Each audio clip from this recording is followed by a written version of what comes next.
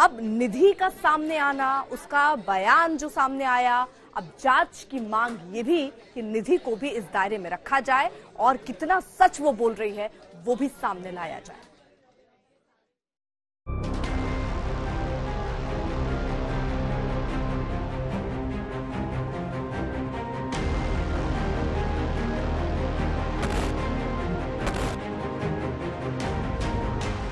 अंजलि के साथ बर्बरता हुई है, इसके अब 5 आरोपी नहीं है सर, अब ये 6 आरोपी हैं। उसने बहुत ज्यादा ड्रिंक कर रखी थी, बहुत ज्यादा ड्रिंक कर रखी थी कि वो ना मतलब होश में नहीं थी अपने। जो छठी आरोपी है वो निधि है।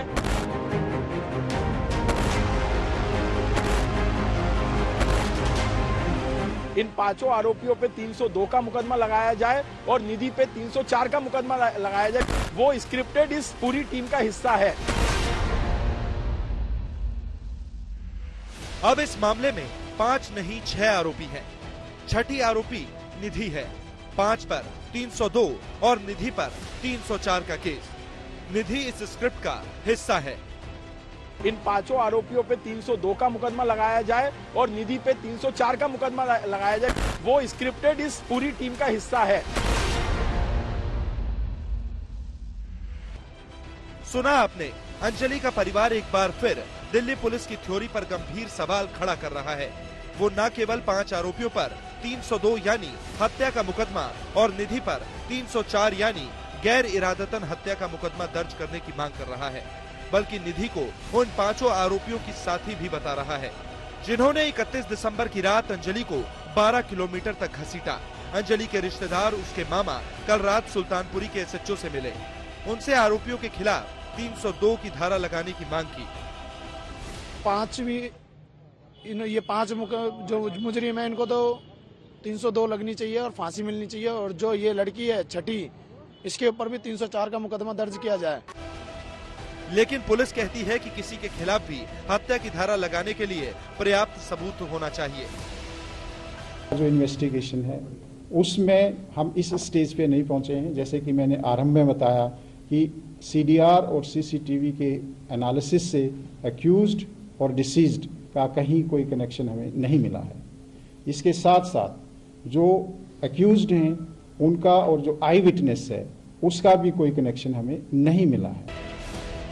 इस बीच अंजलि की जो पोस्टमार्टम रिपोर्ट आई है वो भय से भर देने वाली है, लेकिन उसने निधि के उस झूठ की भी पोल खोल दी है जिसमें उसने कहा था कि अंजलि ने बहुत ज्यादा शराब पी रखी थी।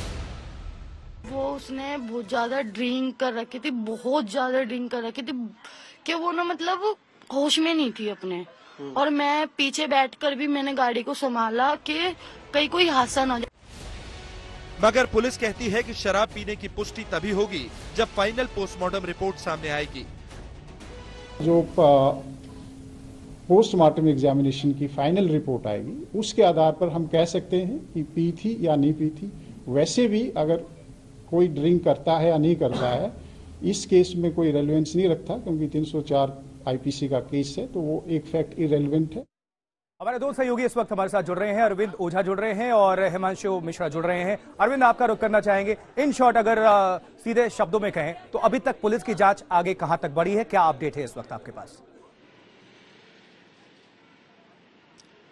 देखिए, पुलिस की जांच एक ही दिशा पर जा रही है कि ये पूरी तरह से इंसिडेंट का मामला, एक्सीडेंट का मामला है और कहीं ना कहीं जानबूझकर जो ऐसी वारदात को अंजाम दिया गया जिससे पीड़िता की मौत हो गई, इसलिए 304 लगाया गया है। आने वाले दिनों में कुछ और एक सेक्शन ऐड किए जा सकते हैं, क्योंकि इस मामले में यह भी अब खुलासा हुआ है कि वारदात के बाद आरोपियों ने कहीं ना कहीं दिल्ली पुलिस को गुमराह करने की कोशिश की, क्योंकि गाड़ी चला रहा था अमित नाम का शख्स, लेकिन वारदात के बाद जब पुलिस से पूछताछ हुई तो उसमें दूसरा ड्राइवर दिखाया गया, यानी दीपक को दिखाया गया। दरअसल अमित के पास ड्राइविंग लाइसेंस नहीं था, इस वजह से दीपक को आगे किया गया कि वारदात के वक्त वही गाड़ी चला रहा था। इसलिए इसमें 2 और किरदार सामने आ गए हैं जिनको दिल्ली पुलिस ने आरोपी बनाया है। एक आशुतोष जिसकी कार थी, एक अंकुश जो अमित का भाई था। फिलहाल तमाम CCTV फुटेज खंगाले जा रहे हैं। जो इन्वेस्टिगेशन है वो पूरी ओपन है।